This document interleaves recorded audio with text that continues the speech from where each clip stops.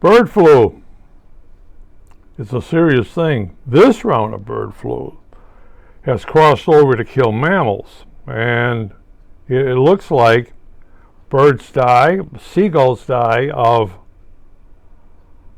bird flu,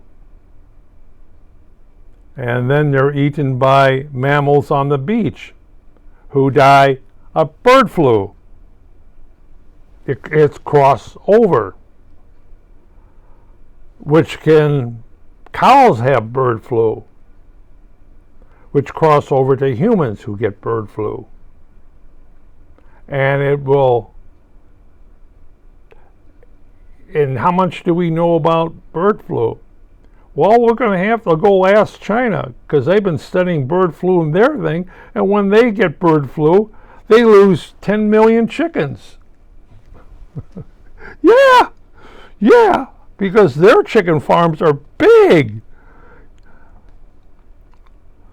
So, this latest thing with bird flu, 10 million chickens in China died. Go on. They found it in a flock, they kill the whole flock. And they find it in cows, they kill the cows. Or they burn the cows.